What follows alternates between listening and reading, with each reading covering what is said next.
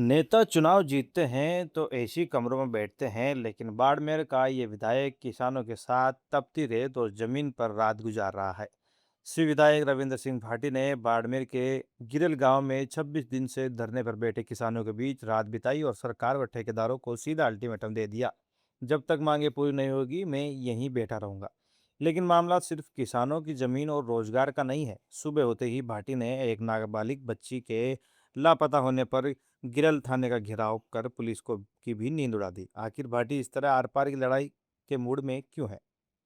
आइए डिकोड करते हैं रविंद्र भाटी के इस डबल एक्शन धरने और कंपनियों की मनमानी का पूरा सच को। सबसे पहले किसानों के इस लंबे धरने को समझिए। बाड़मेर के गिरल गांव में Rajasthan state mines and minerals limited कोयला खनन के लिए जमीन अधिग्रहण कर रही है।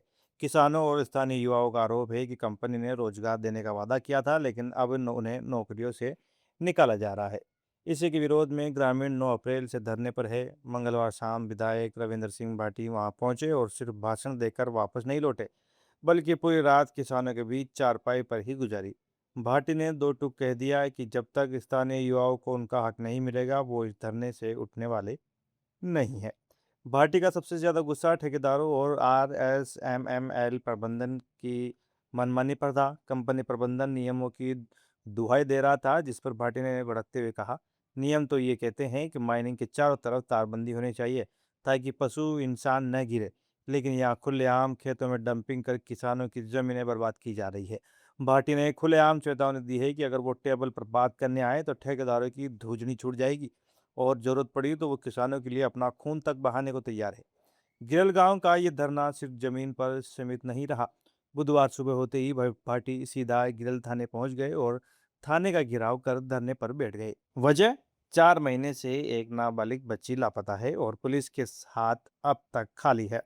पीड़ित परिवार थाने से लेकर जयपुर तक के चक्कर काट चुका है।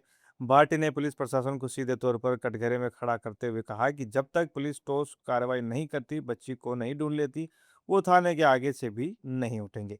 एक ही रात में खनन माफिया और पुलिस दोनों के खिलाफ भाटी ने सीधा मोर्चा खोल दिया है।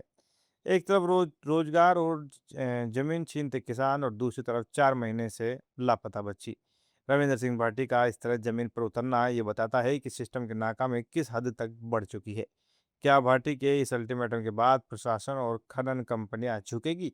और क्या पुलिस उस नाबालिग बच्ची को ढूंढ पाएगी? इस पूरी घटना पर आपकी क्या बेबाक राय है, जरूर बताइएगा कमेंट बॉक्स में।